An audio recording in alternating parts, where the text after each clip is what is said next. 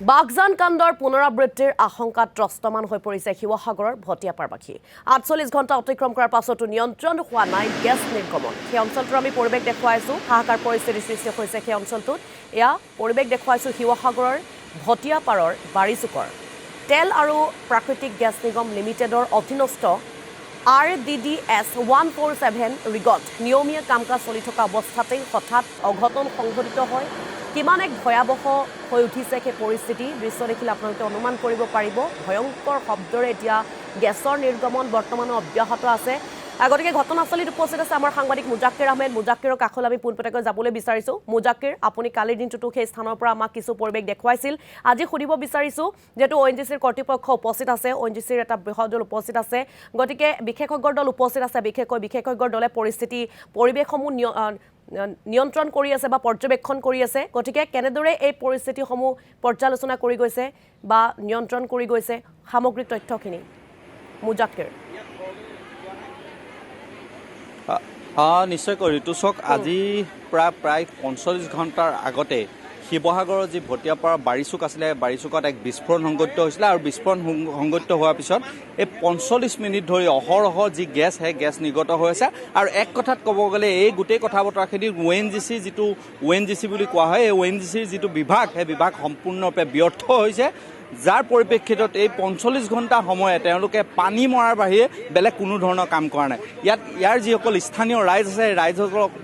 আছে ৰাইজসকলৰ লগত মই কথা পাতিবলৈ চেষ্টা কৰিম যথেষ্ট ক্ষোভিত হৈ আছে ৰাইজ কাৰণ ৪৫ ঘণ্টা ধৰি কোনো ধৰণৰ আশ্বস্ত প্ৰদান কৰা নাই ONGC যি কৰ্তৃপক্ষ আছে কৰ্তৃপক্ষই কোনো ধৰণৰ আশ্বস্ত প্ৰদান কৰা নাই আৰু এই যি স্থানত উপস্থিত আছোঁ এই স্থানৰ পৰাই সংবাদ মাধ্যমৰ আচলতে প্ৰৱেশ নিষিদ্ধ কৰিছে ONGC কৰ্তৃপক্ষই আৰু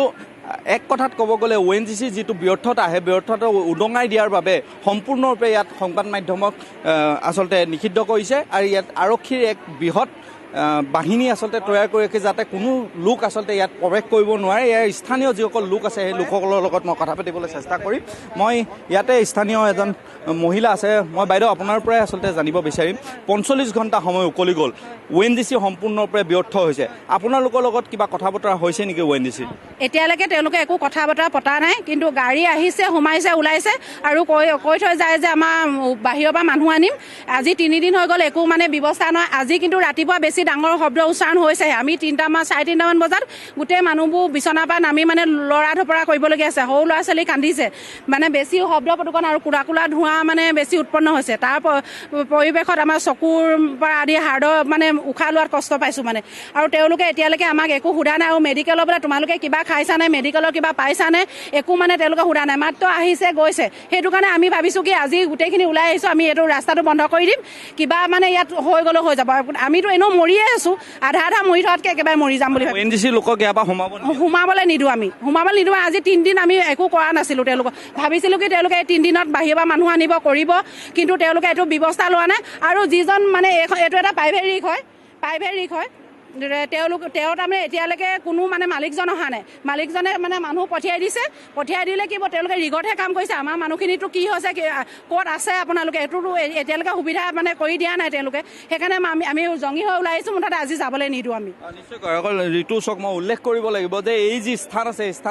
স্থানৰ পৰা সংবাদ মাধ্যম প্ৰৱেশ নিষিদ্ধ কৰিছে গাঁৱৰ যিসকল লোক আছে প্ৰায় ইতিমধ্যে মই উল্লেখ কৰিছোঁ যে 70 ঘৰ মানুহ যি লোকক আচলতে যি বনগাঁৱত আছে বনগাঁৱৰ আশ্ৰয় শিবিৰত তেওঁলোকক আশ্ৰয় শিবিৰ পাতি দিছিলে যিসকল লোক আছে সেই লোকসকলক ৰাখা হৈছিলে কিন্তু সেই লোকসকল আজি ক্ষোভিত হৈ ওলাই আহিছে তেওঁলোকে এই স্থানৰ পৰা ONGCৰ যিসকল বিষয়ববীয়া সেই বিষয়ববীয়াসকলক প্ৰৱেশ কৰিব নিদিয়ে বাইদেউ কি ক'ব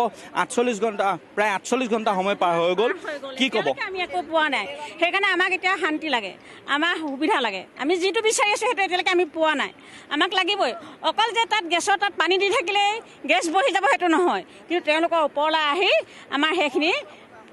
ঠিক কৰি দিয়ক তাৰপিছত আমাৰ গাঁৱৰ ৰাইজ ঘৰমুৱা হওক নহ'লে কাৰণ আমাৰ ল'ৰা ছোৱালী পৰীক্ষা দিব লাগে হয় নহয় কঠীয়া তিয়াই গজালি মেলাই থৈছোঁ কঠীয়া সিঁচিব লাগে কোনো ফালৰ পৰা যদি আমি সুবিধা কৰি ল'ব নোৱাৰোঁ আমি গোটেই বছৰ জুৰি খাম কেনেকৈ এইদৰে আমি এতিয়ালৈকেতো একো এটা খোৱাই নাই খোৱা নাই ল'ৰা ছোৱালী থৈছোঁ ক'ৰবাত নিজে আছোঁ ক'ৰবাত দৌৰা কৰি ঘূৰি ফুৰোঁতে আমাৰ দিন পাৰ হৈ গৈছে আজি 3 দিনে বাইদেউ 48 ঘণ্টা সময় আশ্ৰয় শিবিৰত আছে মানে ONGCৰ ফালৰ পৰা আপোনালোকে কিবা ধৰণৰ তেনেকুৱা সা সুবিধা কিবা পাইছে নাই একো নাই সা সুবিধাৰ নামত তেওঁলোকে আমাক এটা পানী বটলো দিয়া নাই আমাক কোনো কথা তেওঁলোকে আলোচনালৈ অহা নাই বা এনেই 2-4জনক কৈ থৈ যায়। আমি চেষ্টা কৰি আছোঁ, বাহিৰৰ পৰা মানুহ আনি আছোঁ, ভাল হ'ব, 2 এদিনতে ভাল হ'ব এনেকৈ শুনি আছোঁ। বাকী অন্য আমাক তেওঁলোকে মুঠতে সান্তনা বাণী শুনাই আছে। আজি 48 ঘণ্টাৰ পাৰ হৈ যোৱাৰ পিছতো তেওঁলোকে একো জনসাধাৰণৰ কাৰণে কি চিন্তা কৰিছে ক'ব নোৱাৰোঁ, কিন্তু আমি যথেষ্ট সমস্যাত ভুগিছোঁ। আনকি তেওঁলোকৰ গেছ প্ৰদূষণে আমাক যথেষ্ট হাৰ্ট এটেক কৰিছে। হাৰ্ট এটেক হৈ কালি এজন আমাৰ গাঁৱৰে মানুহ ঢুকাইছে। মোৰ ডাঙৰ ছোৱালীজন হাৰ্ট এটেক হৈ ঢুকাইছে মানে এই চাউণ্ডটো পায়, চাউণ্ডটো শব্দ আৰু গেছৰ কাৰণে। তাৰোপৰি কালি মোৰ